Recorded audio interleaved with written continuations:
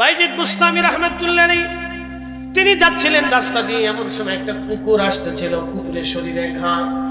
আপনারা জানেন কুকুরের শরীরে যদি ঘা হয় তাহলে এই কুকুরের শরীরে ঘা হওয়ার কারণে কুকুরের শরীর থেকে গন্ধ আসে। কুকুর আসতেছিল, ঠিক এমন সময় বাইজিদ বুস্তামি রাহমাতুল্লাহ আলাইহির গায়ের উপরে আবা ছিল, কুর্তা। দেখবেন খতিব সাহেবরা জুব্বার উপরে একটা আবা পরে, এখনো সৌদিরা আরবিয়ানরা আবা পরে। আরবিয়ানরা কোথাও গেলে আবা গায়ে দেয়, কারণ এটা আবাটা তাদের জাতীয় পোশাক। সৌদিরা তাদের জাতীয় পোশাক ছাড়ে না, আর আমাদের ছেলেরা আমাদের লুঙ্গি ছেড়ে দিয়ে হাফ প্যান্ট ধরছে। এই কথা কন নাকি জোরে বলে? ওরা ওদের ঐতিহ্য ইতিহাস ভুলে যাইতেছে। শোনেন, আমি মালদ্বীপে কয়েকদিন আগে মালদ্বীপ ঘুরে এসেছি। আল্লাহর কসম করে বলি, মালদ্বীপের 90% মানুষের চুল বড় বড়, কারো চুল আছে বেডি মানুষের মতো। তাই বললাম কি ইসলে না বেটা না বেডি কোনটা? না হুজুর, এরা হচ্ছে তাদের ঐতিহ্য। তারা আগে মাছ ধরতো। তারা ভারত মহাসাগরের ভিতরে একটা দ্বীপ দেশ, তাদের প্রধান খাদ্য হলো মাছ। তারা মাছ খেয়ে বেঁচে থাকতো, তাদের ভাত ছিল না। মাছ মারতো, মাছ খাইতো, মাছ বিক্রি করতো, এটাই ছিল তাদের সম্পদ। এখনো তারা মাছ মারে, মাছ বিক্রি করে, মাছ খায়। তারা সব খাবারের ভিতরে মাছ রাখবে, পারলে জুসের ভিতরে মাছ ঢুকে দেয়। মাছ এত পরিমাণে ওরা খাবে, মাছ ছাড়া ওরা খাবে না। আমরা খালি আমরা বলে মা বাঙালি বলে মাছের ভাত দেখি না। মালদ্বীপের হলো মাছে অরিজিনাল মাঝি, এরা নাম দিছি মাইছে। ওরা মাছ খায় আর মাছ মারতো, সবাই মাছ মারতো জেলে। ওরা বড় বড় চুল রাখতো, ওরা এখনো সেই চুল ঐতিহ্য ধরে রাখছে। আর আমার বাঙালি গোলামান কয়দিন পয়সা করে হইলে বিড়ি একটা সিগারেট বামার দিয়ে টাইনে, বামার দিয়ে আপনার চা খাইয়া হাফ প্যান্ট করে রাস্তা দিয়ে আটতেছে ঢ্যাং ঢ্যাং ঢ্যাং ঢ্যাং করে। ও তার ঐতিহ্য বলে কিছু, লুঙ্গির কথা বলে নাই। আমাদের ঐতিহ্য ভুললে হবে না, প্রত্যেক জাতি তার ঐতিহ্য ধরে রাখে। আরবিয়ানরা অনেক ধনী হয়েছে, দেখেন ওদের যুবকরা জুব্বা গায়ে দেয়, ওরা প্যান্ট শার্ট পরে না। পৃথিবীর যেইখানে যাক ওরা জুব্বা গায়ে দিবে, বলে জুব্বা ওদের জাতীয় পোশাক, ওদের ঐতিহ্য। জুব্বার উপরে আবা গায়ে দেয়, আবা ওদের জাতীয় পোশাক, ঐতিহ্য ওদের, ওটা ওরা গায়ে থাকবে। কিছু থাক আর না থাক জুব্বা গায়ে দিবে। জুব্বার নিচে যদি প্যান্ট নাও থাকে, খালি থাকে, তাও জুব্বা গায়ে দিবে। জুব্বা ছাড়া না, ওদের জাতীয় পোশাক। আফগানিস্তানে দেখবেন ওরা মাথায় পাগড়ি বাঁধে আর ওরা পাঞ্জাবি গায়ে দেয়, এটা ওদের জাতীয় পোশাক। ওরা কখনো ছাড়ে না, এরা জুব্বা পরে না। আফগানিরা আবার জুব্বা পরে না, আবার পাগড়ি, বিরাট বড় বড় পাগড়ি। আমার মতে যে পাগড়ি দেখে নিচ্ছে একটু বড় বড় পাগড়ি। এক এক দেশের এক এক রকম সিস্টেম আছে, সবার ঐতিহ্য আছে। মালয়েশিয়া যাবে, মালয়েশিয়াদের জাতীয় পোশাক হচ্ছে লুঙ্গি আর শার্ট। লুঙ্গি আর শার্ট ওদের জাতীয় পোশাক।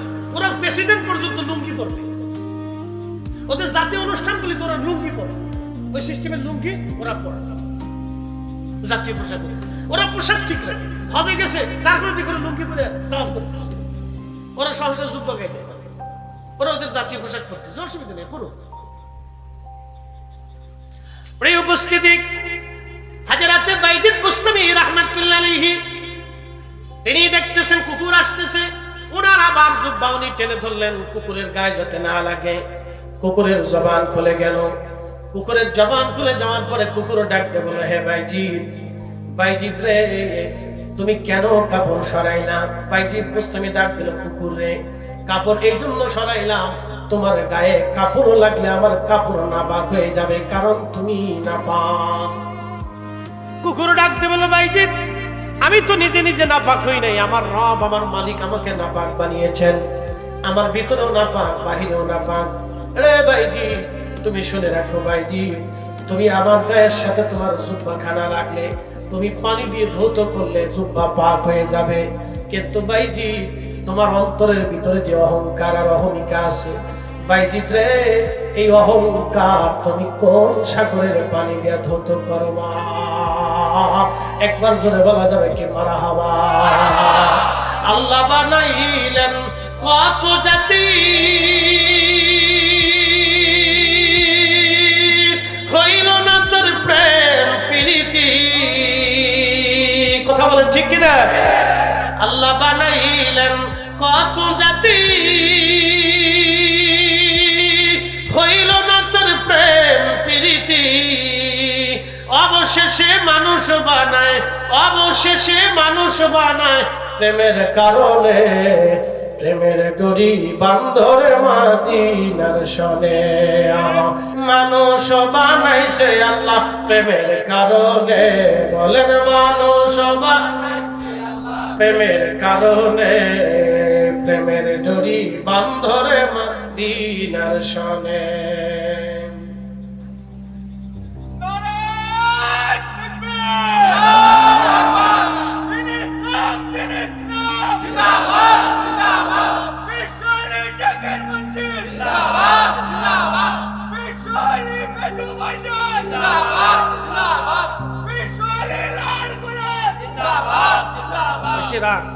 কি যে কষ্ট নিজে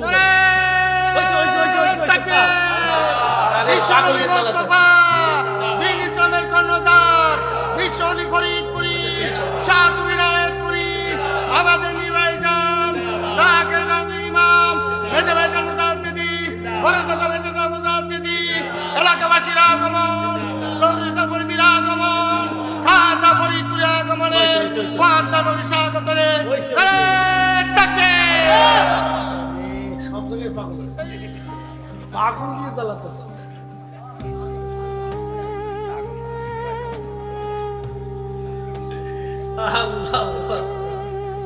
প্রত্যেক মাহফিলে তো একটা প্রত্যেকে যে আসে আল্লাহ জানে, আল্লাহ জানে।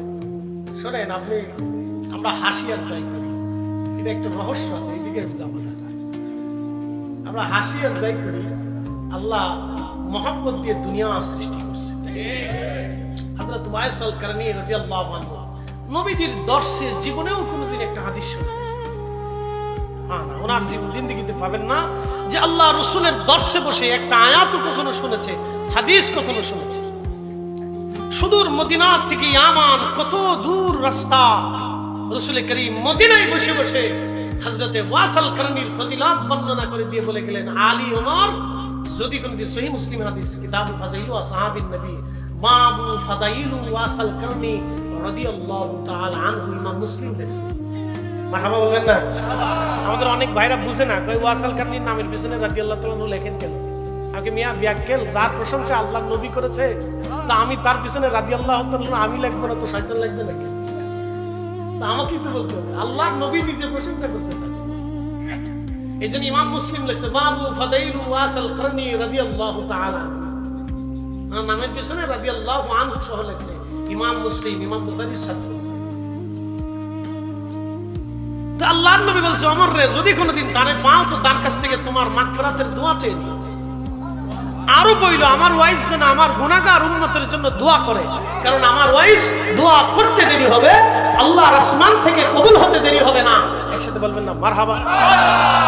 এখন আপনারা প্রশ্ন করতে পারেন, ভাইরে তো ওয়াইস তার নিজে না খেয়ে থাকলো, খাবারের জন্য জীবনে দোয়া করলো না কেন?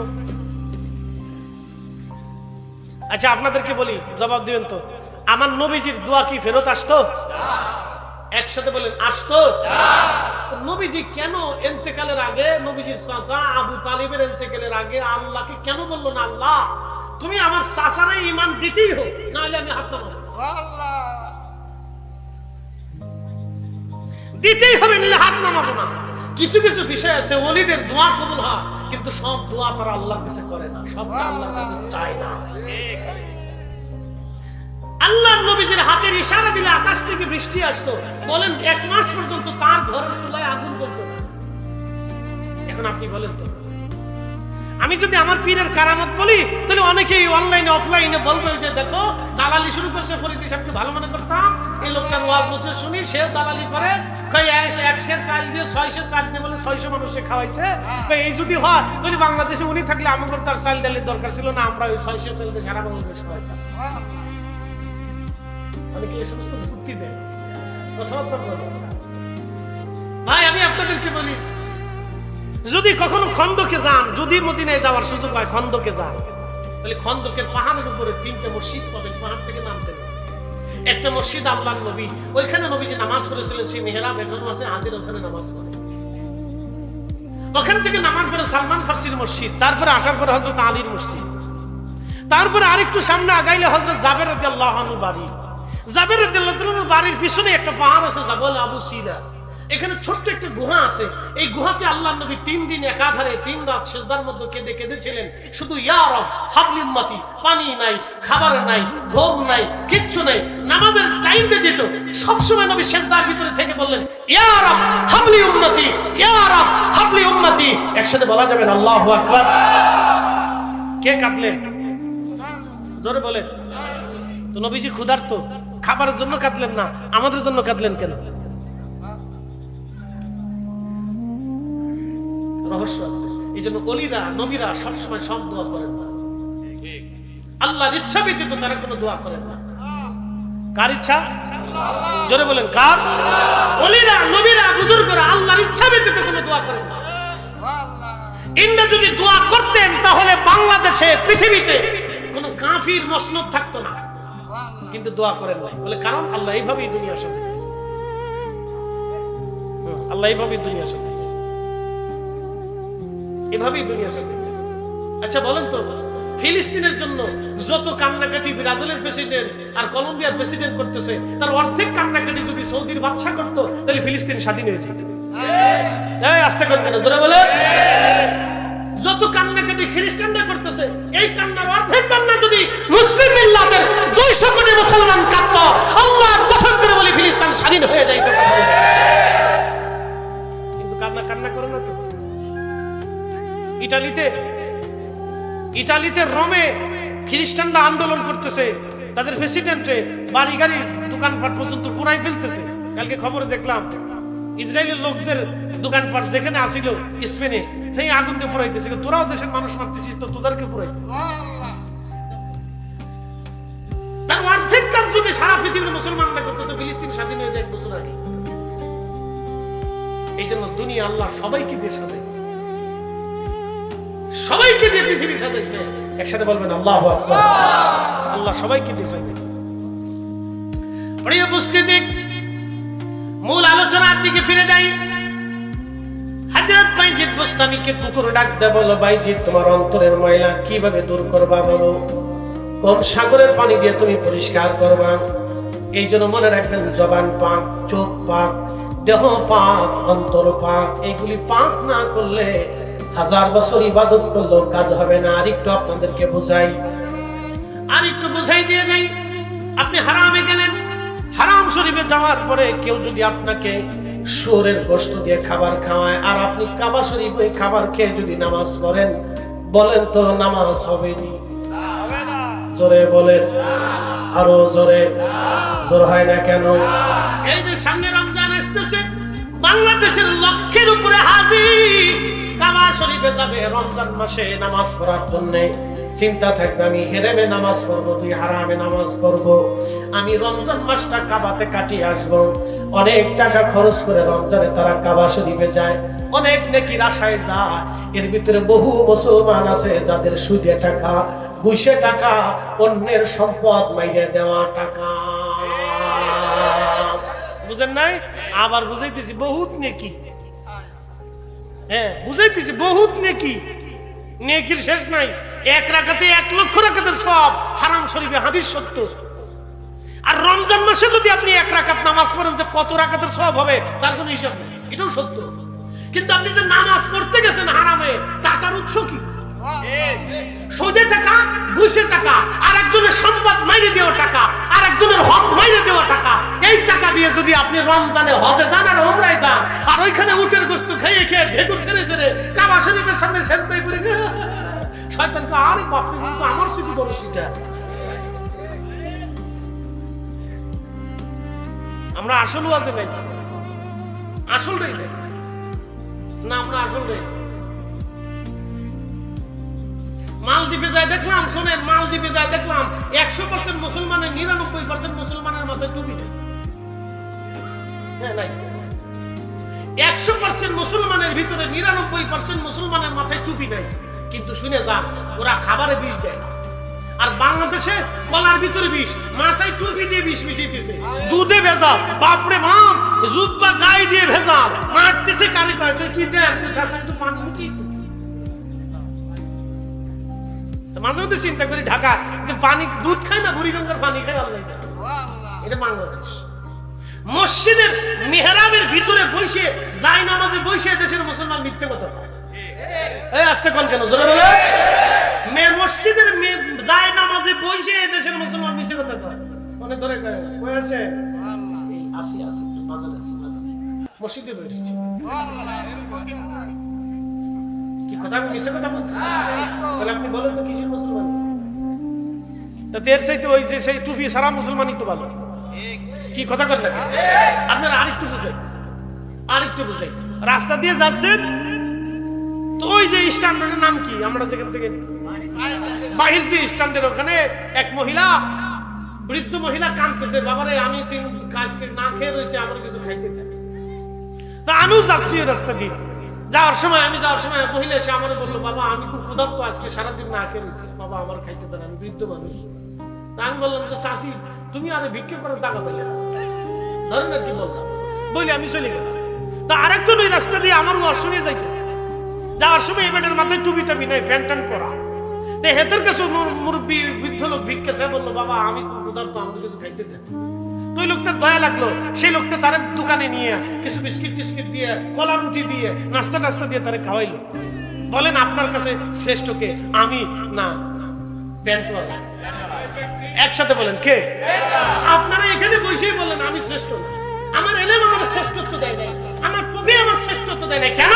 আমার অন্তরের ভিতরে মানসিকতা নাই। কথা কন না ঠিক কেন? আসল ধর্মে আসে এই ধর্ম বাংলাদেশে খুব কমে গেছে, বিশেষ করে বাংলাদেশের গ্রামে নাই। নাম দিছি ভিলেজ পলিটিক্স, আমি নাম দিছি কুত্তা পলিটিক্স। মনে কিছু নিয়ে ভিলেজ পলিটিক্স হলো কে কারে মামলা দিবে, কে কারে হামদাবে, কে কারে বাস দিবে, কে কার ক্ষতি করবে, কার জমি মারবে, কার বোর তার মায়ের বিয়ে ঠেকাবে, কার ফুলার বিয়ে ঠেকাবে, কার গিবত করবে। আর আমাদের বাংলাদেশের এই আইনসে কালচে চার দোকানে পানের দোকানে পাওয়া যায় মুফতি, প্রেসিডেন্ট, শাইখুল হাদিস, জিন্দাওয়ালি, মুদ্দাওয়ালি, কুতুবুজ্জামান, আফতাব, মুজাদ্দেদ, ওলি, হাফেজ, আলেম, মুহাদ্দিস, প্রিন্সিপাল, এরপরে আপনার সেনাপ্রধান, বড় বড় ডাক্তার, ইঞ্জিনিয়ার, প্রকৌশলী, প্রেসিডেন্ট, প্রধানমন্ত্রী, রাষ্ট্রপতি, সব চার দোকান। এর নাম মেড ইন বাংলাদেশ। এরা যে কত টাইম পায় আমি বুঝি না। উন্নত বিশ্ব দেয় দেখেন কেউ কারোর দিকে তাকানোর মতো সময়, কেউ কারোর দিকে তাকানোর টাইম নাই, যার তার কাজে শেষই ব্যস্ত, কারো গীবত করার সময় নাই। তাদের একটাই চিন্তা আমার কাজ করতে হবে, খাইতে হবে। আর বাংলাদেশের মানুষের চিন্তা আছে কার বাস দেব। আমরা মুসলমান হাজিরিন, আমি লম্বা ওয়াজ বাড়াবো না, যেহেতু আপনাদের আগামী কাল কাজ আছে। যদি আপনারা হুজুর কেবলাজানের তরিকা মোতাবেক মেনে চলতে পারেন, এই তরিকার কয়েকটা রিপুর কথা লেখা আছে, 10টা রিপুর কথা লেখা আছে। এই 10টা রিপু যদি আপনি পরিত্যাগ করে চলতে পারেন তাহলে তরিকার স্বাদ আপনি পেয়ে যাবেন। কথা বলেন ঠিক কিনা? মানুষ হইয়া ভবেতে আসিয়া মানুষের করিলাম কি, আমি নবী না মানিলাম কি যে ভুল করিলাম, নবী না মানিলাম কি যে ভুল করিলাম, ভস্মে ঢালিলাম ঘি, মানুষ হইয়া ভবেতে আসিয়া মানুষের করিলাম কি। এনায়েতপুর দরবার শরীফে খাসি জবাই করে রান্না করা হলো। হুজুর কেবলা বললেন বহু বছর আমাকে গোশতের তরকারি দেওয়া হয় না। আমি দৌড়াই গেলাম পাকশালায়, ভাবতেছি আজকে বুঝি আমাকে একটু গোশতের তরকারি দেওয়া হবে। বহু বছর আমার তরকারি দেওয়া হয় না।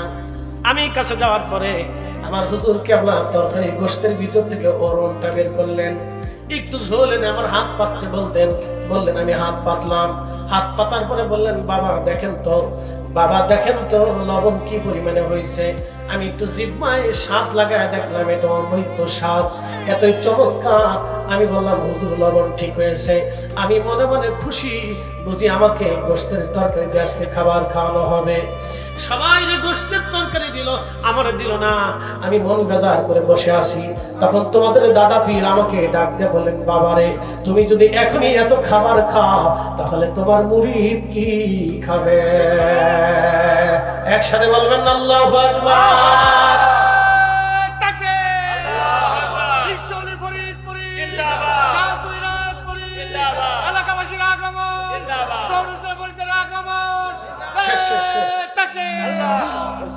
শুরু করলে শেষ করতে হবে, একবার সবক শেষ করি স্যার। তার একটা সবক আছে, এটা শেষ না পর্যন্ত সে ছাত্র সবক শেষ করছে। চলুন একসাথে বলেন আল্লাহু আকবার, আর একটু জোরে বলেন আল্লাহু আকবার। তাহলে আমাদের প্রথম পরিচয় আমরা মানুষ, দ্বিতীয় পরিচয় আমরা মুসলমান। কথা বলেন ঠিক কিনা? সব মুসলমানকে একই তরিকার ভিতরে আসতে হবে। এই তরিকার নাম বিকালবিন সালিম। নিজের আত্মাকে যদি আমরা পরিশুদ্ধ করতে না পারি, আল্লাহর কসম করে বলি আমাদের জিন্দেগীর কোনো ইবাদতে কাজ হবে না যদি আত্মা পরিষ্কার না হয়। কথা বলেন ঠিক কিনা? ইয়া আইয়ুহাল ইনসানু মা গাররাকা বিরাব্বিকাল কারীম।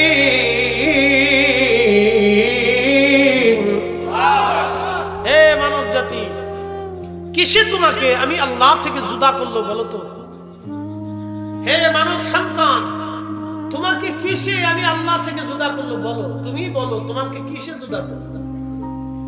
তুমি আমি আল্লাহ থেকে বিমুখ হয়ে গেলে, তুমি পাথরের সামনে সেজদা দিলে, তুমি মূর্তির সামনে সেজদা দিলে, তুমি আগুনকে জ্বালিয়ে সে আগুনের সামনে সেজদা দিলে, তুমি সাগরের সামনে সেজদা দিলা, তুমি উদীয়মান সূর্যের সামনে সেজদা দিলা। হে মানুষ, আমি আল্লাহ থেকে তোমাকে কিসে জুদা করব? আল্লাযী খলাকাকা ফাসাওয়াকা ফাআদালাক।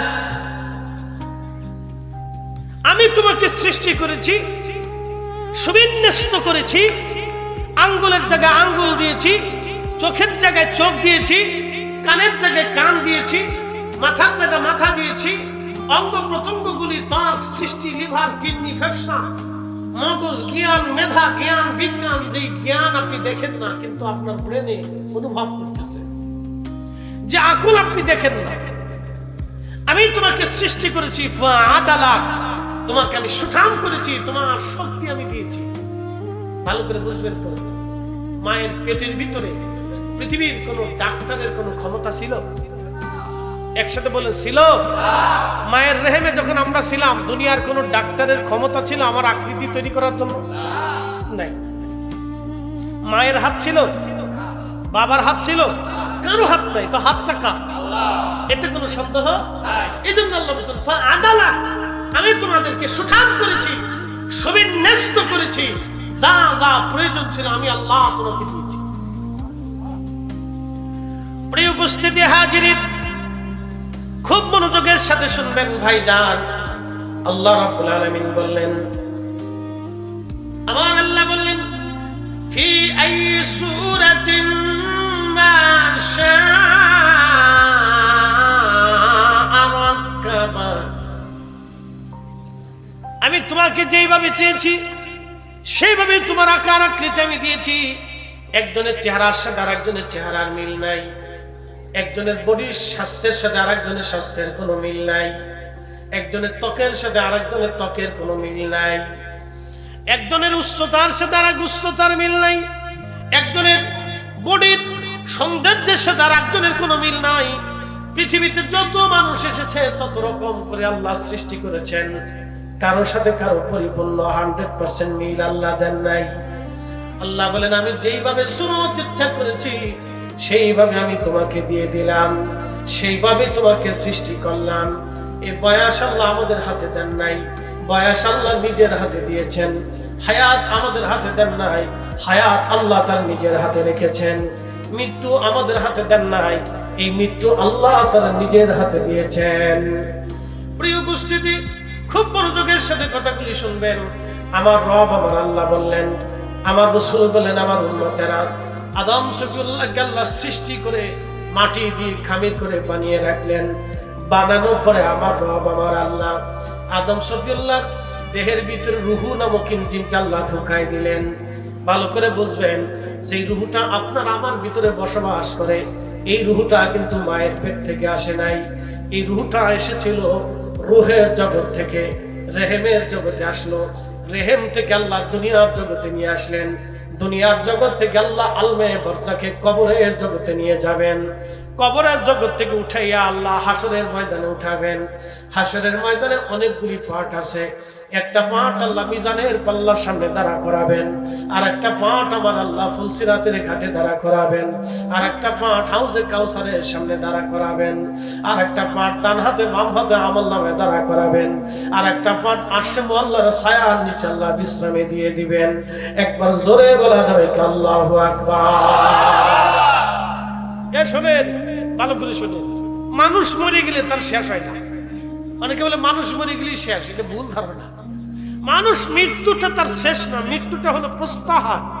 এক স্থান থেকে সে আর এক স্থানে চলে যাচ্ছে, স্থান পরিবর্তন করে, এটার নাম হচ্ছে মৃত্যু। এটাকে আল্লাহ মৃত্যুর সাথে তুলনা দিয়েছেন। তো দুনিয়ার জগৎ থেকে সে মৃত্যু নিল, মৃত্যুবরণ করলো। আল্লাহ মানুষ মারা যাওয়ার পরে আমরা কি বলি? ইন্না লিল্লাহ। একসাথে বলি ইন্না লিল্লাহ। নিশ্চয় আমরা কার জন্য? না, একসাথে বলতে হবে কার জন্য? আমরা মূলত আল্লাহর জন্য। আমরা পীরের কাছে গেছি মূলত আল্লাহর জন্য। কি কথা বলেন না, ঠিক কি না? না ভিন্ন কোনো উদ্দেশ্য আছে? আমরা ওলিদের সহবতে বসি আল্লাহর জন্য, আমরা মাহফিলে বসি আল্লাহর জন্য, আমরা মসজিদে যাই আল্লাহর জন্য, আমরা ঈদগাহে যাই আল্লাহর জন্য, আমরা কুরবানি করি আল্লাহর জন্য। এর ভিতরে কিছু মানুষের ইখলাসের ত্রুটি থাকে, আন্তরিকতার ত্রুটি থাকে। যাদের আন্তরিকতার ত্রুটি ছিল না তারা দুনিয়াতে শ্রেষ্ঠ হয়ে গেছে। যেন আমার পীর মুর্শিদের আন্তরিকতার ত্রুটি না থাকার কারণে আল্লাহ দুনিয়াতে তাকে জগৎ জোড়া ওলি বানিয়েছে। কথা বলে ঠিক কিনা? কারণ তার ইখলাসের কোনো ত্রুটি ছিল না। উনি ওনার পীরের দরবারে যতদিন কাটিয়েছেন ওনার ইখলাসের ত্রুটি ছিল না, যার কারণে জীবনে কোনোদিন এক ওয়াক্ত নামাজ কাজা হয় নাই, জীবনে একটা তাহাজ্জুদের রক্ত রহমতের সময় তার কাজা হয় নাই, জীবনে তিনি মিথ্যা বলেন নাই, কারো গীবত কোনোদিন বলেন নাই। ওনার সামনে বহু মানুষ, এখানে আপনারা বসে আছেন, আমার বাবার সাথেও দরবারে গেছেন যারা, তারাও বসে আছেন, আমার বড় ভাই যারা তারাও বসে আছেন, আমার সমবয়সীরা বসে আছেন, আমার ছোটরাও বসে আছেন, আমার বড় যারা আছেন তারা পীর মুর্শিদকে দেখছেন। জীবনে কখনো কোনোদিন কারো শিকায়ত করেন নাই, গীবত করেন নাই, একটা ভুল বাক্য মন্দ কথা মুখ থেকে ফায়সা কথা বলেও কখনো বলেন নাই। কি কথা ঠিক আছে না ভাই? এটা হচ্ছে কি জবানের পবিত্রতা। একসাথে বলেন জবানের পবিত্রতা। যখন বান্দা জবানকে পাক করে তখন ওই জবান আর বান্দার জবান থাকে না, জবান আল্লাহর জবান হয়ে যায়। একসাথে বলবেন আল্লাহু আকবার। কি পাক করতে হবে? জবানকে পাক করে। আমরা কেউ জবান সাফ করতে পারি না। যখন বান্দা জবান পাক করে তখন বান্দার জবান আর জবান থাকে না, এটা আল্লাহর জবান হয়ে যায়। যখন বান্দা তার চোখকে পাক করে তখন এই চোখ আর তার চোখ থাকে না, এটা আল্লাহর চোখ হয়ে যায়। আল্লাহু আকবার। যখন বান্দা তার দেহ পাক করে, বলে দেহ পাক কি? হারাম খাওয়া যাবে না। যখন বান্দা তার দেহ পাক করে তখন এই বান্দার দেহ পাক হয়ে যাওয়ার পরে তখন কি হয়ে যায়? তার দেহ আর তার থাকে না, এটা আল্লাহর হয়ে যায়। যখন বান্দার কাল্ব নিজেকে পরিশুদ্ধ করে, বলে কাল্ব কিভাবে পরিশুদ্ধ করে? গীবত, শিকায়েত, মিথ্যা, হিংসা, অহংকার এগুলি থেকে নিজেকে মুক্ত করে যখন সে তার কালবিন সালিম, তার আত্মাকে সে সালিম করে ফেলে, পরিশুদ্ধ করে, পবিত্র করে। প্রিয় নবী বললেন, আমার উম্মত তোমাদের দেহের ভিতরে একটা গোশতের টুকরা আছে, এই গোশতের টুকরা ইদা সালুহাত সালুহাল জাসাদ, যখন এই গোশতের টুকরাটা সুস্থ থাকে তখন পুরো বডি সুস্থ থাকে। ওয়া ইদা ফাসাদাত ফাসাদাল জাসাদ, যখন এই গোশতের টুকরা অসুস্থ হয়ে যায়, নাপাক হয়ে যায়। বলে নাপাক কেমনে হয়? গীবতে, শিকায়েতে, হারামে, সুদে, ঘুষে, অন্যায়, কুকর্মে, তহমতে, অন্যের জমি সম্পদ মেরে খাওয়াতে, অন্যের হক নষ্ট করাতে, অন্যের ক্ষতি করাতে, হিংসা করাতে, অহংকার করাতে যখন এই আত্মা অপবিত্র হয়ে যায়, আমার উম্মত তোমরা শোনো, তখন তার পুরা বডিটাই অসুস্থ হয়ে যায়। একসাথে বলবেন না নাউজুবিল্লাহ? তাহলে এখন পুরা বডি যদি অসুস্থ হয়, উপরে ওযু করে কি করবেন? গোসল করে কি করবেন? আপনি আমি পাক করছি উপরের টারে, কিন্তু ভিতরের টারে না পাক করছি। আর ওলিদের কাজ ছিল, ওলিরা ভিতরের টারে পাক করতেন, সাথে বাহিরটাকেও পাক করতেন। দুই পাকে পাকে যখন মিলে গেল তখন আর এই বডি আর তার বডি রইল না, তার সবকিছু আল্লাহর নিয়ন্ত্রণে আল্লাহ নিয়ে গেলেন। একসাথে বলবেন আল্লাহু আকবার। আদম শফিউল্লাহকে সৃষ্টি করার পরে বডির স্ট্রাকচার তৈরি করলেন আল্লাহ, আমার রব বানাইলেন। বানানোর পরে আমার আল্লাহ কোরআন শরীফে বললেন, খালাকাল ইনসানা মিন সালসালিন কাল ফাখার।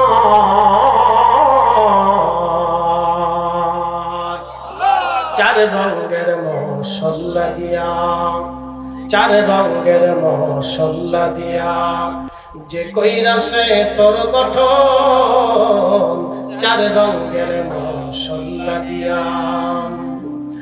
আগুন পানি মাটি বাতাস একই যোগে করিয়া প্রকাশ, আগুন পানি মাটি বাতাস একই যোগে করিয়া প্রকাশ। দেখিলি না তুই কইরা তালাশ করে, দেখিলি না তুই কইরা তালাশ, কোন জায়গা সে মহাজন, চার রঙের মশলা দিয়া, চার রঙের মশলা দিয়া যে কইরাছে তোর গঠন, চার রঙের মশলা দিয়া। আদম শফিউল্লাহকে বানানোর পরে রূহ নামক ইঞ্জিনটা আল্লাহ আদম শফিউল্লাহ দেহের ভিতরে ফুঁকাই দিলেন। রূহ বের হয়ে আসলো। আল্লাহ বলেন, রূহ কেন বের হলে? রূহ বলল, ইয়া রাব্বি, এমন একটি স্থানে আপনি আমাকে পাঠিয়েছেন, এখানে কোনো নূর নাই, কোনো আলো নাই, শুধু অন্ধকার আর অন্ধকার। আমার আল্লাহ রাব্বুল আলামিন বলেন, আদম অপেক্ষা করো, রূহ তোমার ভিতরে নূরের ব্যবস্থা করতেছি। বিশ্ববিখ্যাত ইমাম মোল্লা আলী কারি মক্কি 450 বছর আগে একটা কিতাব লিখলেন, আল মাউরিদুর নবী ফি মাউলিদিন নবী সাল্লাল্লাহু আলাইহি সাল্লাম। এই কিতাবের মধ্যে তিনি লিখতেছেন, ঠিক তখনই আমার রব, আমার আল্লাহ আদম শফিউল্লাহর পবিত্র সেকেমে নূরে মুহাম্মদি আমার আল্লাহ স্থানান্তর করলেন। একবার জোরে বলা যাবে কি মারহাবা? নূরে মুহাম্মদি দেওয়ার পরে আদম শফিউল্লাহর দেহের ভিতরে নূর আসলো। একসাথে বলবেন আল্লাহু আকবার। কি আসলো? কি আসলো? কি আসলো? আমাদের ঈমানে এখন কি আছে? নূর আছে। জোরে বলেন, আমাদের ঈমানে কি আছে? ঈমানে কি আছে? ঈমানে কারো যদি নূর না থাকে তাহলে তার জিন্দেগি শেষ। এই নূরের নাম মুহাম্মাদুর রাসূলুল্লাহ সাল্লাল্লাহু আলাইহি সাল্লাম। একসাথে জোরে বলবেন আল্লাহু আকবার। এইজন্য আল্লাহ বলেন, কাদ জাআকুম মিনাল্লাহি নূর, আমি আমার পক্ষ থেকে তোমাদের মাঝে নূর পাঠিয়েছি। এই নূরকে আপনার কলবে ধারণ করতে হবে। সেটা ঈমানের নূর, সেটা ভালোবাসার নূর। সেই ভালোবাসার নূরের নাম হুব্বে রাসূল। নবী বলে, লা ইউমিন লা ইউমিন লা ইউমিন আহাদুকুম হাত্তা আকুনা আহাব্বা ইলাইহি মিন ওয়ালিদিহি ওয়া ওয়ালাদিহি ওয়ান নাসি আজমাইন। আমার উম্মত, তুমি ঈমানের নূর তোমার অন্তরে হবে না, ঈমানের লজ্জত তুমি পাবে না যত সময় পর্যন্ত তোমার জিন্দেগি, তোমার যৌবন, তোমার সন্তান, তোমার সন্ততি, তোমার মা, তোমার বাবা, তোমার আত্মীয়স্বজন, দুনিয়ার সব কিছু থেকে আমি রাসূলকে বেশি ভালোবাসতে না পারবা, তত সময় পর্যন্ত তুমি ঈমানের লজ্জত নিতে পারবে না। এই জন্য ইশকে রাসূল হচ্ছে ঈমানের নূর। কথা বলেন ঠিক না? আপনি এত বছরের নূর বুঝেন না, আজকে নূর বুঝেই দিলাম। ইশকে রাসূল হচ্ছে ঈমানের নূর। এইজন্য ইশকে রাসূল যদি কারো না থাকে তার ঈমান নাই। এইজন্য হুজুর কেবলা গজলে আপনাদেরকে বুঝিয়েছিলেন, গজলে বুঝিয়েছিলেন, কথাই বুঝিয়েছেন। বাবা, যার অন্তরে রাসূলের মহব্বত যতটুকু, তার ঈমানের পরিমাপ ততটুকু। যার অন্তরে নবীর মহব্বত নাই, তার ঈমান বলে কোনো সম্পদ নাই। কথা বলেন ঠিক কিনা? কথার সাথে কোরআন হাদিসের মিল আছে না নাই? হ্যাঁ, আমি আপনাদেরকে ব্যাখ্যা করে মিলিয়ে দিচ্ছি। হুজুর কেবলা তো অনেক কথাকে একটা বাক্যের ভিতরে নিয়ে আসছে, অনেক কথাকে কি আনছে একটা মানে লাইনের ভিতরে নিয়ে চলে আসছে। যার কারণে জগত সৃজন রে, দেখো চন্দ্র সূর্য তারা শূন্য করে, আসে চল নিশ চলে ধরা ধরে, নবী পদবিনে ভাব। আচ্ছা বলেন তো, রাসূলের কদম ছাড়া, জিন্দেগি ছাড়া আমাদের কিছু আছে? সব জিন্দেগি মিথ্যা। জিন্দেগি কি? মিথ্যা। জিন্দেগি নাই কিছু রাসূলের মহব্বত ছাড়া, না কিচ্ছু নেই। প্রিয় উপস্থিতি হাজিরিন, শুধু এখানে শেষ না। আদম শফিউল্লাহর পবিত্র সুলবে নূরে মুহাম্মদি যখন আসলো, নূর এসে গেল, রূহ ঢুকে গেল। আদম সফিউল্লাহ আলাইহিস সালাতু ওয়াস সালাম সিজদায় পড়ে গেলেন। সিজদা থেকে উঠে হাসি দিলেন। আদম আলাইহিস সালাতু ওয়াস সালাম আল্লাহর শুকর আদায় করলেন, সিজদা দিলেন। আদমকে সামনে নেওয়ার পরে আমার আল্লাহ তখন বললেন, সমস্ত ফেরেশতাদেরকে সামনে দাঁড়া করাইলেন। আদমকে সামনে দাঁড়া করে আল্লাহ বলেন, উসজুদু লি আদম,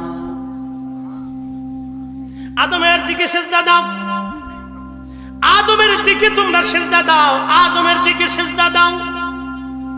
ইমাম মুল্লা আলী কারি মাক্কি আল মাউরিদের মধ্যে লেখেন, সিজদাটা মূলত আদমকে উদ্দেশ্য না, আদম হলো কেবলা, মসজুদ হলো আল্লাহ, সিজদার মালিক হলো আমার আল্লাহ, আদম সফিউল্লাহ হলো কেবলা। আপনারা কাবার দিকে ফিরে নামাজ পড়েন, সিজদা কি কাবাকে দেন না আল্লাহকে দেন? একসাথে বলেন, কাকে? আল্লাহকে দেন। কাতার সোজা করে দাঁড়ান, খেয়াল আপন আপন কালবের মধ্যে ডুবাই দেন। খেয়াল কালবে, কালব আল্লাহর দিক, আল্লাহ হাজির নাজির, আল্লাহ দেখতেছেন দিলের হাল।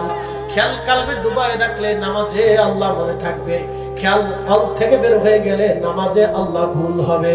নামাজে যদি আল্লাহ ভুল হয় তাহলে আপনি কাকে সিজদা করলেন চিন্তা করে বুঝেন। মুখে আল্লাহর নাম, দিলে দুনিয়ার জল্পনা কল্পনা, এমন নামাজে কি ফল? এই নিয়ম বলার পরে অনেকে ভাবে যে আটটুসিরে এটা কি মন্ত্র বলে, এটা তো কোরআন থেকে বলতেছে। আসেন এবার কোরআনের দিকে চলে যাই, একসাথে বলুন আল্লাহু আকবার। আসেন কোরআনের দিকে চলে যাই। قد أفلح المؤمنون الذين هم في صلاتهم خاشعون।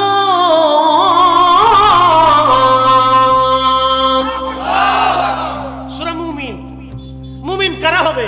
সূরা মুমিনের প্রথম থেকে আল্লাহ অনেকগুলো আয়াত নাযিল করে মুমিনের গুণাবলী বর্ণনা করেছে।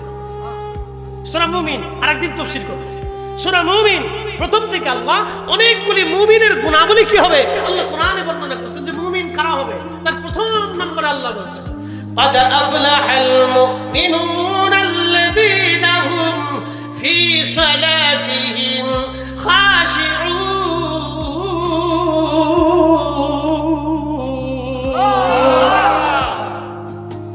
সফল কাম মুমিন তারা, ওই ব্যক্তি সফল কাম হবে সেই মুমিন যারা নামাজের মধ্যে খুশু অবলম্বন করে, একাগ্র চিত্তে শুধু আল্লাহর জন্য নামাজ পড়ে। আল্লাহ বলেন, কুল ইন্না সালাতি, সালাত নিয়ে আল্লাহর জন্য হবে। এখন আমাদের দেশের সালাত হয়ে গেল বিভিন্ন রকমের। আমি কয়েকটা নাম দিলাম, একটা নাম দিছি রাজনৈতিক নামাজ। নির্বাচন আসলে দেখবেন যে বেটা ফেসাব করে পানি নলে, হ্যাঁ মসজিদের সামনের কাতার কারাই গেছে, বিরাট বুজুর্গ, তুমি একটা মাথায় দিয়ে চাচার সাথে জড়াই ধরে, চাচা আপনি আমার বাপের মতো লাগে। 10 বছরের খোঁজ খবর নেই, 10 বছরে বাপ মরে গেছে না কি হয়ে আছে খোঁজ নেই। নির্বাচন আসলেই বাপ, চাচা, খালু, ফুফে, নানা সব 14 গোষ্ঠী হয়ে যায়। ভালো করে শুনে যান, আমি নাম দিয়েছি রাজনৈতিক নামাজ। নির্বাচন আসলে অনেকের মাথায় টুপি চলে যাবে, ভোটাভুটির নামাজ। এলাকায় গেল ভোট চাইতে, আজান পড়েছে, নামাজ যদি না পড়ে তো মানুষ কি বলবে। এরা মানুষের ভয়ে নামাজে যায়, এরা মূলত আল্লাহর ভয়ে নামাজে যায় না। আল্লাহ বলেন, ফাওয়াইলুল লিল মুসাল্লিন আল্লাযীনা হুম আন সালাতিহিম সাহুন। কপাল পোড়া সে নামাজিক যে মানুষ দেখানোর জন্য নামাজ পড়ে। আর একটা নামাজ দিলাম আমি, সামাজিক নামাজ। বলে সামাজিক নামাজ কি? সমাজে বিচার সালিশে বসছে, আজান করলো, ইমাম সাহেব হুজুর বললো নামাজ আসেন, আগে নামাজ আদায় করে পরে বিচার সালিশ করব। ওখানে যারা বিচার করতে আসে তাদের অধিকাংশই নামাজ পড়ে না। এরা চিন্তা করলে এখন যদি নামাজ না পড়ি তো সমাজে মুখ দেখাবো কেমনে? এরা সমাজ রক্ষা করার জন্য নামাজে গেল। আল্লাহ বলেন, ফাওয়াইলুল লিল মুসাল্লিন। কিয়ামতের ময়দানে আল্লাহ বলবে, আরে জাহান্নামীরা, তোমরা কেন জাহান্নামের মধ্যে চলে যাও? কোন কারণে জাহান্নামে তোমরা চলে যাও? সেদিন তারা বলবে, লাম নাকু মিনাল মুসাল্লিন, আমরা মুসল্লিদের অন্তর্ভুক্ত ছিলাম না, আমরা মুসল্লি ছিলাম না। মুসল্লি হতে হবে মুসল্লির মতো, নামাজি হতে হবে নামাজির মতো। এ নামাজের নাম খুশু খুজুর নামাজ, এ নামাজের নাম হুজুরি কালবের নামাজ। কথা বলেন ঠিক কিনা? এটা হুজুরি কালবের নামাজ, হুজুরি কালবের নামাজ, খুশু খুজুর নামাজ। হুজুরি কালবের নামাজ, খুশু খুজুর নামাজ। এক ফরিদপুরবাসী, কমরপুরবাসী, লম্বা কথা বাড়াবো না, নির্দিষ্ট টাইমে ছেড়ে দেবো, আমাদের কাজ আছে কালকে। শুধু কেন তরিকা নিলাম, আমি কিন্তু তরিকতের মূল রহস্যের ওয়াজ করতেছি। কেন তরিকা আমরা নিলাম? এই জন্য তরিকতপন্থী যারা, তারা মারামারি করে না, তারা রক্তপাত করে না, কারো অন্যায় করে মান সম্মান নেয় না, কারো সাথে জুলুম করে না। কথা বলেন ঠিক কিনা?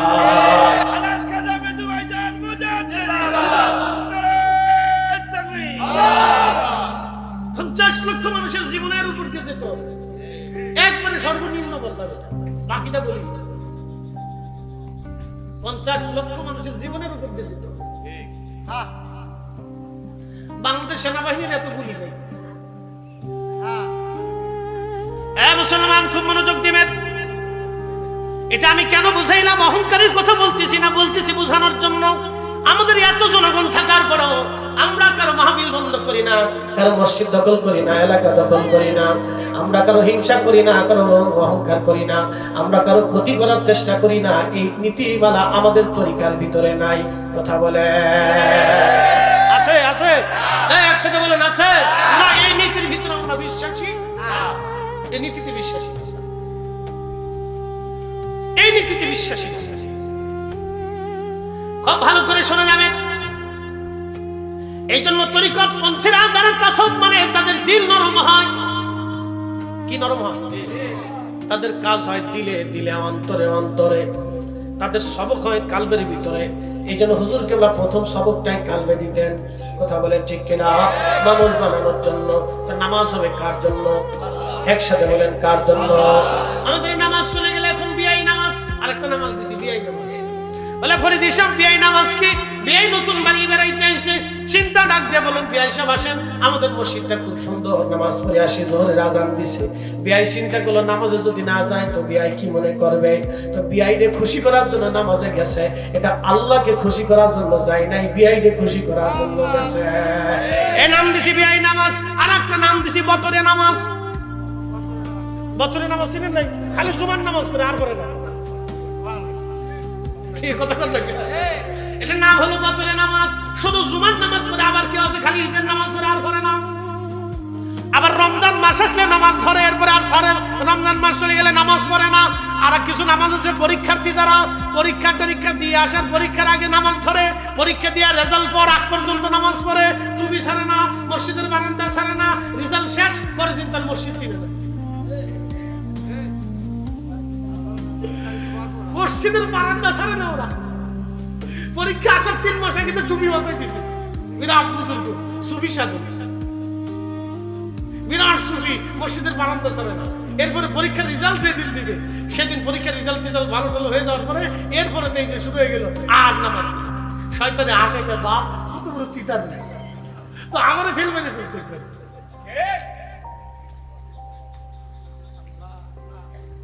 এই জন্য নামাজ হবে কার জন্য? একসাথে বলি কার জন্য? আমাদের জিন্দেগি হবে কার জন্য? আমাদের মৃত্যুটা হবে কার জন্য? একসাথে বলবেন আল্লাহু আকবার। কখনো তোমাকে যদি ভুলি, হেদায়েতের আলো জেনে নিয় কাছে তুলি। কখনো তোমাকে যদি ভুলি, হেদায়েতের আলো জেনে নিয় কাছে তুলি। ঠাই দিও প্রিয়তম অগমহিয়ান, তুমি রহমান, তুমি মেহেরবান। ঠিক কিনা? অন্ত গাহে না শুধু তোমারই গুণগান, বুঝেও বুঝে না তবু শান। তুমি রহমান, তুমি মেহেরবান। লম্বা বাড়াবো না হাজিরিন,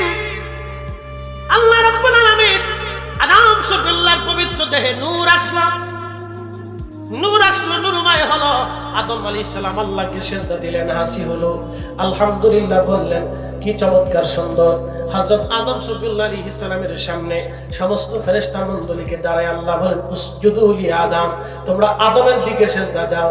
সিজদাটা মূলত আদমকে না, সিজদার মাসজুদ ছিল আমার আল্লাহ। ইমাম মোল্লা আলী কারি, তাকিউদ্দিন সুবকি, ইমাম শামসুদ্দিন সাখাবী রাহিমাহুল্লাহর মতো বিশ্ববিখ্যাত ইমামরা আল মাওরিদের মধ্যে লিখেছেন, সিজদার মালিক ছিল আমার আল্লাহ, আর কিবলা ছিল আদম সফিউল্লাহ। আর আদম সফিউল্লাহর সেকেমে নূরে মুহাম্মাদি ছিল। এই নূরে মুহাম্মাদি ছিল তাজিমের বিষয়বস্তু। এটা গোপনীয় সম্মান। একবার জোরে বলা যাবে কি মারহাবা। এই জন্য তাজিমের রাসূল যদি কারো না থাকে তার জিন্দেগি বরবাদ। বিশ্বাস করেন না? না করলেও কবরে যে করতে হবে। পাঠান সালাত যে সময় আসবে তখন 14 গোষ্ঠী ফিরাইতে পারবে না। একটা কথা মনে রাখবেন, ভালো করে বুঝিয়ে দিয়ে যাই। আমার কবরে এই যে আপনাদের আমাদের এখন ডাক্তার মোহন বয়াতি সাহেব বহু বছর আগে ইন্তেকাল করছেন, আমার হুজুর কেবল এক একনিষ্ঠ মুরিদ। কি কথা কর না, ঠিক আছে না? ডাক্তার মোহন বয়াতি হুজুর কেবল কি ছিলেন? একনিষ্ঠ একজন মুরিদ। এরকম বহু একনিষ্ঠ হুজুরের মুরিদ দুনিয়ার থেকে চলে গেছে। বলেন, বহু একনিষ্ঠ মুরিদ দুনিয়ার থেকে চলে গেছে। প্রিয় ভাই, ভালো করে শোনেন তো, এই যে একনিষ্ঠ মুরিদ সন্তান যারা ঘুমিয়ে গেছেন, কবরে চলে গেছেন, এরা কবরে বহু বছর আগে কবরে ঘুমিয়ে গেছেন, তাদের কবরের পাশে যায় কয়জন? জলসা মাহফিল হলে কিছু কিছু যায়। আমরা কি সবসময় তাদের কথা মনে রাখি? কিন্তু না, হুজুর কেবলা একটা সিস্টেম আমাদেরকে শিখিয়ে দিয়ে গেছে। নফল নামাজ পড়িয়া যত পীর ভাই পীর বোন কবরে চলে গেছে, তাদের কবরে আল্লাহ নেকি পাঠায়। একসাথে বলবেন আল্লাহু আকবার। নফল, ফাতিহা, মাহফিল, জিকির, মিলাদ, দোয়া সব স্থানে চলে। চলে কি চলে না? একসাথে বলেন, চলে কি চলে না? তাহলে আমরা প্রত্যক্ষ অথবা পরোক্ষ আমরা দোয়া চালাই যাচ্ছি। হাতি বাঁচলেও লাভ, মরলেও লাভ। হাতি বাঁচলেও লাভ, মরে গেলেও লাভ। অন্তত কিছু না থাকলেও আমার আওলাদ ফরজন হয়তো আমাকে ভুলে যাবে, কিন্তু আমার সিলসিলা আমাকে বলবে না। কথা ঠিক আছে কিনা? আমার সিলসিলা আমাকে, কথা বলেন, সিলসিলা আমাকে ভুলবে না। না, ভুলবে না। আমি অপরাধ করছি, আমি অন্যায় করছি, আমি কবরে চলে গেছি, অসুবিধা নেই। বাপ মাফ দেওয়া, ক্ষমা করা না করার মালিক আল্লাহ, কিন্তু সিলসিলা আমাকে ভুলে নেই। আমার জন্য দোয়া সবসময় পাঠাচ্ছে। একসাথে বলবেন আল্লাহু আকবার। এই যে মাদ্রাসা ফরিদ ভাই করছেন, মা ফরিদ ভাই কবরে চলে যাবেন, কিন্তু মাদ্রাসা দুনিয়াতে থাকবে। ছেলেরা কোরআন পড়বে, ফরিদ ভাইয়ের সন্তানরা তাকে ভুলে যাবে, কিন্তু মাদ্রাসার কোরআন তাকে ভুলবে না। কথা ঠিক আছে কিনা? এই কোরআন থেকে ভুলবে না, তাহলে তেলাওয়াত হবে, অটোমেটিক তার কবরে চলে যেতে থাকবে। আল্লাহু আকবার। অনেকে মসজিদ নির্মাণ করছেন, মসজিদে টাকা দিয়েছেন, জমি দিয়েছেন, কবরে চলে গেছেন, কিন্তু মসজিদ দুনিয়াতে আছে। ছেলে সন্তান আত্মীয় স্বজন আপনাকে ভুলে গেছে, কিন্তু মসজিদ আপনাকে ভুলবে না। নেকি কবরে চলতে থাকবে। এটার নাম জারিয়া। জারিয়া, প্রবাহিত সওয়াব। আপনি কবরে থাকবেন, কিন্তু সব প্রবাহিত ভাবে চলতে থাকবে। তরিকা নিয়ে কবরে চলে গেছেন, আপনি চলে গেছেন কবরে, ঠিক আছে, সব মানুষ আপনাকে ভুলে গেছে, কিন্তু তরিকা আপনাকে ভুলে নাই। তাহলে আমরা লাভে আছি না লজে আছি? কেউ যদি আমরা বলে যে তোমরা লজে আছো, তাহলে সে তার হিসাবে ভুল করছে। কি কথা ঠিক আছে কিনা? সে আমার ভাই, সমালোচনা করার অধিকার তার আছে। আমরা সমালোচনা করার অধিকার তারে দিয়ে দিচ্ছি, এই জন্য আমরা কারো সমালোচনা করি। আচ্ছা বলেন তো, ভুল সারা দুনিয়াতে মানুষ আছে? একসাথে বলেন, আছে? সারা বছর অনেকে কইছে না যে আটটুসি হিন্দুর বাড়ি, হিন্দু কেন যায়? আটটুসি কেন হিন্দু যায়? কইছে না? এখন আমি যদি প্রশ্ন করি, ভাই আপনারা ভোটের জন্য এই প্রতিমা দুর্গা পূজার সামনে গেছেন কেন? কি কথা ঠিক আছে না? আমরা প্রশ্ন করতে পারি না। আপনারা রাজনীতির জন্য কেন গেলেন? আপনি জবাব দেন।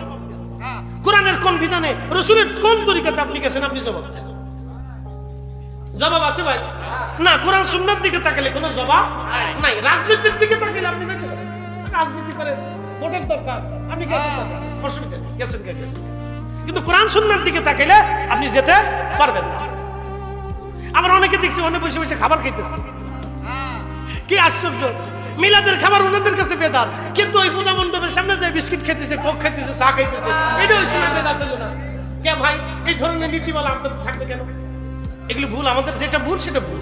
কথা কোন ঠিক আছে না ভাই? আমি সমালোচনা করতেছি, তোদের বন্ধু বলবো না। রাজনৈতিক প্রেক্ষাপট, দেশের আন্তর্জাতিক প্রেক্ষাপট মিলে অনেক কথাই আছে। সিচুয়েশন ভিত্তিক অনেক সিস্টেম আছে, তারা যেতে পারে। গেছেন রাজনৈতিক প্রেক্ষাপটে যান, দেশীয় সিচুয়েশনে দেশের আভ্যন্তরীণ বিষয়ের উপর ভিত্তি করে তারা গেছেন, যাবেন। কিন্তু এতদিন যে আপনারা আমরা রেখে নিলেন, এটার কি হবে? এটা আমরা আপনাদের কাছে ছেড়ে দিলাম। আমরা আপনাদের মন্দ বলবো না, আপনাদের উপরে এটা ছেড়ে দিলাম। আল্লাহ আমাদের সকলকে কবুল করুক, ধরে বলে না প্রিয় উপস্থিতি। যাই হোক, আমি এদিকে আর লম্বা বাড়াবো না, যেহেতু কালকে কাজ আছে আপনাদের। আমার ভাই অত্যন্ত চমৎকার ইন্তজাম আপনারা করছেন। বৃষ্টি যাই হোক, বৃষ্টিও যার, আমরাও তার। পৃথিবীর বহু জমিন আছে যারা বৃষ্টির অপেক্ষায় থাকে, পৃথিবীর বহু মাটি আছে যারা বৃষ্টির অপেক্ষায় থাকে। তো দৃশ্যে পড়ি আল্লাহুম্মা সাল্লি আলা সাইয়্যিদিনা মাওলানা মুহাম্মদ ওয়া আলা সাইয়্যিদিনা মাওলানা মুহাম্মদ। আল্লাহুম্মা সাল্লি আলা সাইয়্যিদিনা মাওলানা মুহাম্মদ ওয়া আলা আলি সাইয়্যিদিনা মাওলানা মুহাম্মদ। কষ্ট হচ্ছে আপনাদের? আর কথা বাড়াবো না, বেশি লম্বা কথা বাড়াবো না। আমি তরিকতের মূল ভিত আপনাদের সামনে উপস্থাপন করছি। 1 নম্বর, আমরা হুজুর কেবলার দেওয়া শিক্ষা বিকালবিন সলিম, আত্মার পরিশুদ্ধতা আমাদের দরকার। কথা বলে ঠিক কিনা? 1 নম্বরে হালাল, একসাথে বলেন 1 নম্বরে কি? জোরে বলেন 1 নম্বরে কি? হালাল খাবার। জোরে বলেন কি খাবার? শোনেন, আপনার একটা কথা বলি আজকে, হালাল খাবার আপনি খাবেন, আপনি যদি দিন শেষে একবারও আল্লাহকে ডাক দেন আল্লাহ বলে, তাও সেটা কবুল হবে। আর যদি আপনি হারাম খাবার খাইয়া হেরেমে যাইয়া কাবা শরীফ ধরেও যদি আপনি কান দেন আর নামাজ পড়েন, মাকামে ইব্রাহিমও যদি নামাজ পড়েন, তাও কিন্তু কাজ হবে না। বুঝাইতে পারছি? একবারে তরিকা কিন্তু অরিজিনালটা দেখাই দিছে, একবার রাস্তা বাতলাই দিছে, শেষ। একসাথে বলেন আল্লাহু আকবার। হিসাব সহজ, জোরে বলেন হিসাব সহজ, জোরে বলেন হিসাব একবারে সহজ হিসাব দিছে। হালাল খাবার, জোরে বলেন কি খাবার? একসাথে বলেন কি খাবার? আমাদের জাকির ভাইরা কি সুদের সাথে জড়িত আছে? আমার তো নজরে পড়ে না, আমার নজরে পড়ে না। দুই একজন ভুল বন্ধু হতেই পারে, তা আমরা তাদেরকে মহব্বত করে ডেকে নিয়ে আসবো। কি অধ্যক্ষ সাহেব ঠিক আছে না? আমরা তাদেরকে ডেকে নিয়ে আসবো। আরে ওনার একটা চেয়ার দিবেন না, কষ্ট হচ্ছে, বয়স মানুষ, এবার বসে থাকতে কষ্ট হয়। একটা চেয়ার নিচে ওনাকে দেন, বসতে দেন। অধ্যক্ষ সাহেব একটা চেয়ার দেন, বয়স হয়ে গেছে ওনাদের, সর্বনাশ। আপনারা কি খেয়াল করবেন না? চেয়ার দাও, চেয়ার দাও, এখানে বসে। যারা বয়স বসে তাদেরকে চেয়ার দিবেন। অনেক সময় আমরা তো আমাদের হাত পা ভিজে ধরে থাকি, শক্ত জায়গা বসে বসে।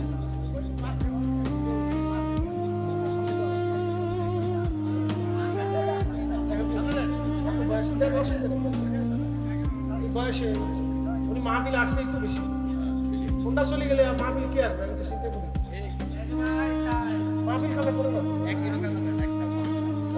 ওনার চলে গেলে পরে আমাদের আগামী দিনে এসে বসে থাকবে কারা? চেয়ারে বসলে একটু রিল্যাক্সে বসা, বয়স হয়ে গেছে দেখো। আচ্ছা, আলহামদুলিল্লাহ হয়ে গেছে। একসাথে বলেন আল্লাহু আকবার। তাহলে প্রথম নম্বরে কি? হালাল খাবার। একসাথে বলেন কি খাবার? জোরে বলেন কি খাবার? একবার অরিজিনালটা শিখে দিয়েছি, হালাল। যার হালাল নাই তার সারা জীবনে তাহাজ্জুদ থাকলেও কিছু নাই, মনে রেখে।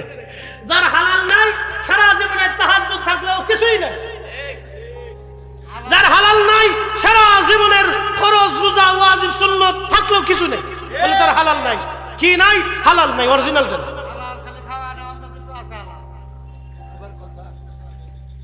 হালাল। আল্লাহ আমাদেরকে হালাল খাবার খাওয়ার তৌফিক নসিব করুন, জোরে বলেন আমিন। আর একটু জোরে বলেন আমিন। প্রিয় উপস্থিতি হাজিরিন, খুব ভালো করে শুনে নেন। আগের বুজুর্গ যারা, তারা হালালটাকে কিভাবে প্রশ্রয় দিতেন আমি আপনাদেরকে শোনাই। বিশ্ববিখ্যাত একজন আল্লাহর ওলি, তার নাম হযরতে খাজা মাহমুদ বাহাদাবানী নকশবন্দি রাহমাতুল্লাহ আলাইহি। হযরত খাজা মাহমুদ বাহাদাবানী নকশবন্দি, ওনার নকশবন্দি তরিকার একজন উজ্জ্বল নক্ষত্র ছিলেন, অনেক বড় আলেম ছিলেন। ওনার প্রশংসা আল্লামা মোল্লা আলী কারি রাহমাতুল্লাহ আলাইহি আল মাউরিদের মধ্যে তিনি লিখেছেন এই ঘটনাখানা। হযরত আল্লামা খাজা মাহমুদ বাহাদাবানী নকশবন্দি, ওনার জমানা হলো ভারতের মুঘল সাম্রাজ্যের অধিপতি যিনি সম্রাট বাবর। বাবরের ছেলের নাম সম্রাট হুমায়ুন। নাম শুনছেন না আপনারা? সম্রাট বাবরের ছেলের নাম সম্রাট হুমায়ুন। হুমায়ুন বারবার যুদ্ধে পরাজিত হয়, নানান প্রতিকূল বিপদ আপদ বারবার আসে। তখন বাচ্চা হুমায়ুন বলল, এই জমানার একজন আল্লাহর ওলি আছে, তার নাম মাহমুদ বাহাদাবানি নকশবন্দি। হুজুরকে দয়া করে আমার রাজ দরবারে আসতে বলেন, এসে আমার দরবারে বসে যেন হুজুর দোয়া করে যায়, যাতে এই মুসিবত আল্লাহ আমার বিতাড়িত করে দেয়। উনি অনেক যুদ্ধে হেরেছেন, অনেক বিপদ বারবার আসে। উনি চিন্তা করলেন, আল্লাহর ওলিকে আমার বাড়িতে রাজ দরবারে যদি দোয়া করাই, তাহলে হয়তো আল্লাহ আমার বিপদ দূর করায় দিবেন। খাজা মাহমুদ বাহাদাবানি নকশবন্দি রহমাতুল্লাহ আলাইহি, উনি সেই মহান আল্লাহর ওলি, তিনার কাছে চলে গেলেন। প্রধান সেনাপতি বৈরাম বেগ, প্রধান উজির বৈরাম বেগের নাম আপনারা শুনছেন। বৈরাম বেগ চলে গেলেন। বৈরাম বেগ দাওয়াত করে বললেন, হুজুর বাদশা দাওয়াত করেছেন রাজ দরবারে আপনাকে। আল্লাহর ওলি ডাক দিলেন, হে বৈরাম, তোমার বাদশাকে যায় বলো আমি মাহমুদ বাহাদাবানি নকশবন্দি কোন রাজ দরবারে দাওয়াত নেই না। একসাথে জোরে বলবেন আল্লাহু আকবার। আগের ওলি যারা ছিলেন তারা রাজা বাদশাদের কাছে যাইতেন না, রাজা বাদশারা তাদের কাছে আসতো। আমরা এই তরিকাতে কোন ওলি রাজা বাদশার কাছে যান না। আমাদের ওলিদের একজন ওলি ছিলেন, তার নাম হযরতে আবুল হাসান খেরকানি। ওনার খেরকানি, ওনার সেই হুজরা ইরানে পৃথিবী বিখ্যাত একজন বাদশা ছিলেন, তার নাম সুলতান মাহমুদ গজনবী। তিনার দরবার ছিল, রাজ দরবার ছিল বর্তমান আফগানিস্তানের গাজনি গেট আছে, কাবুলের গজনি গেট। ওনার মাজার গজনিতে আছে, এখনো সংরক্ষণ করে রাখছে, খুব চমৎকার। হযরত মাহমুদ সুলতান মাহমুদ গজনবী রাহিমাহুল্লাহ, তিনি এখান থেকে আফগান থেকে সেই ইরানের খেরকানে চলে গেছেন হুজুরের কাছে হাঁটতে হাঁটতে দোয়ার জন্য। কি দোয়া? বলে আমি সোমনাথ মন্দির আক্রমণ করবো, সেই জন্য দোয়া চাইতে গেছি। একসাথে বলবেন আল্লাহু আকবার। ইতিহাস ভুলে যায় না, ইতিহাস ভুলেন না, ইতিহাস ভুলে বিপদ আছে। ওলিদের এই স্বনামধন্য ইতিহাস ভুলে যান না, ওলিদের ইতিহাসগুলি বইলেন, আমাদের জানার দরকার। শুনে যান। তো মাহমুদ বাহাদাবানি নকশবন্দি বললেন, হে বৈরাম, তোমার রাজাকে বলো যাও, আমি কোন রাজ দরবারে দাওয়াত দেই না, যাও। তো বাদশা হুমায়ুন চিন্তায় পড়ে গেলেন, এত বড় বুজুর্গ আল্লাহর ওলি আমার দরবারে আনতে হবে, যে কোনো মূল্যে দাওয়াত দোয়া করাইতে হবে, কারণ আমি বিপদগ্রস্ত। বাদশা হুমায়ুন বৈরাম বেগকে বললেন, বৈরাম, আপনি যা জিজ্ঞাসা করেন, কি করলে হুজুর আমার রাজ দরবারে আসবে? বৈরাম বিনয় জিজ্ঞেস করলেন, হুজুর বাদশা আপনার খেদমতে আরজি পেশ করেছেন, কি করলে আপনি হুজুর আপনি তার রাজ দরবারে যাবেন? তখন মাহমুদ বাহাদাবানি নকশবন্দি বললেন, বৈরাম, যদি তোমার বাদশা রাজ দরবারে মিলাদ শরীফের ইন্তজাম করে, তাহলে আমি অবশ্যই তার রাজ দরবারে মিলাদ শরীফের উদ্দেশ্যে যাব। একসাথে চলে বলা যাবে কে মারহাবা। নামি লিখিনি 450 বছর আগের ইমামুল হারামাইন মুল্লা আলী কারি মক্কি হানাফি হাফিজুল হাদিস ছিলেন, ওই জামানার প্রখ্যাত মুহাদ্দিস। তিনি তার কিতাব আল মাওরিদের মধ্যে লেখেন, আমার ঘরে আছে। যদি বাড়িতে রাজ দরবারে মিলাদ শরীফের ইন্তজাম করো, তো আমি যাব। সম্রাট আকবরের বাপ বাদশা হুমায়ুন, তো হুমায়ুন রাজ দরবারের বিরাট বড় ইন্তজাম করলেন, শাহী মিলাদ শরীফের ইন্তজাম হলো, হাজার হাজার মানুষের জন্য খাবার দাবার প্রস্তুত করা হলো। হুজুর খাজা মাহমুদ বাহাদাবানি নকশবন্দি রাহিমাহুল্লাহ তিনি গেলেন, বাদশা হুমায়ুন নিজে ওযুর পানি ঢেলে হুজুরের পা ধোয়াইলেন, ওযু করাইলেন, তারপরে মিলাদে বসলেন, দোয়া হলো। তারপরে বাদশা নিজে শান্ত হলেন যে হুজুর আমার রাজ দরবারে আসছে, দোয়া করাইছে, দোয়া করছে, মিলাদ হয়েছে। একসাথে জোরে বলবেন না মারহাবা। মনে রেখে আগে রাজ দরবারের রাজারা ওলিদেরকে দাওয়াত করে নিয়ে দোয়া করাইতেন, দোয়ার জন্য কাছে যাইতেন, বিনয়ে বিনয়ে কথা বলতেন। ওলিদের দরবারে যে তারা বিনয়ে মাথা নিচু করে কথা বলতেন, উঁচু করতেন না। তারা সব জায়গায় মাথা উঁচু করতেন, কিন্তু ওইখানে মাথা নিচু রাখতেন, কারণ এখান থেকে একবার যদি মাহরুম হয়ে যায়, তো দুনিয়ার আর কোথাও জায়গা হবে না। কথা বলেন ঠিক কিনা? এজন্য তারা ওলিদের দরজাকে মাহরুম করতেন না। এই জন্য আমরা ওলি চাই কি চাই না? একসাথে বলেন, ওলি চাই কি চাই না? ওলি চাই। আল্লাহ আমাদেরকে কবুল করুক বলেন আমিন। আমার কথা শেষ।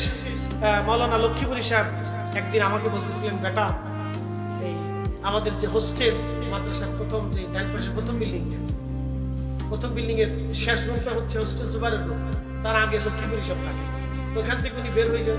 আমি বললাম, উস্তাদজি কোথায় যাবেন, কি অবস্থা? হালাকি করে জিজ্ঞেস করলাম, কিছু লাগবে থাকবে কিনা? উস্তাদজি বললেন, বেটা শোনো, আমি তোমার একটা ঘটনা শোনাই। আমি বললাম, উস্তাদজি বলেন। আপনার ঘটনা তো একবার বিশুদ্ধ ঘটনা। তো বলতেছে শোনো, এইখানে একসময় খাল ছিল, ঠিক আছে না তথ্য না? একসময় কি ছিল? খাল ছিল।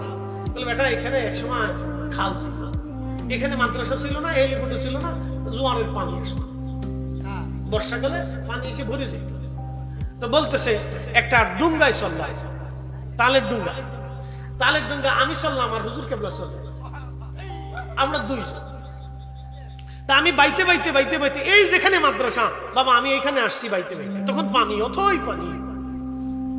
তো বলতেছে হুজুর কেবলার হাতে দুইটা মাটির দোলা, হুজুর কেবলা একটা মাটি হেলিপোর্টের দিকে নিক্ষেপ করে এখান থেকে বললেন বাবা মৌলানা লক্ষ্মীপুর ইসলাম এখানে একসময় একটা হেলিপোর্ট হবে, দেশের প্রেসিডেন্ট নাম। তা আমি তখন চিন্তা করলাম যে আমি কি পাগল হইলাম নাকি? না, লক্ষ্মীপুর ইসলাম চিন্তা করতেছে যে আমি কি পাগল হইলাম, এই কথা যদি কালকে এই 800 মানুষের কইতা আমারও ভিড়ে। তো পরে আমার হুজুর একটা ঢিল নিক্ষেপ করে বললেন বাবা এখানে বাংলাদেশে অনেক বড় একটা মাদ্রাসা হবে। লক্ষ্মীপুর ইসলাম বললেন আমি মনের কথা মনেই রাখলাম, আর খুব ভয় পাইলাম, এই কথা কারো কাছে কোয়া যাবে না, কইলে মানুষ আমারে পিটাইবো আর বন্ধ করবো, এই গালিগালাজ করবো যে পাগল হয়ে গেছে। এত বড় খান, এখানে প্রেসিডেন্ট নামবে, বলেন প্রেসিডেন্ট আসছে কিনা? না, একসাথে বলেন আসছে কিনা? মাদ্রাসা আছে কিনা? হেলিপোর্ট আছে কিনা? তো অলিরা যে কথা বলেন এটা ওনাদের ইচ্ছায় বলেন না, আল্লাহর পক্ষ থেকে যেটা আসে সেটাই বলেন, কথা বলেন ঠিক কিনা? ভাই সাহেব উনার যদি মুরিদ হয়ে থাকেন তাহলে উনার দেওয়া সবক আদায় করবেন, ইনশাআল্লাহ হবে না? জোরে বলেন হবে না? আল্লাহ কবুল করুক, বলেন আমিন। আসেন দাঁড়ায় নবীজিকে সালাম জানাইয়া নবী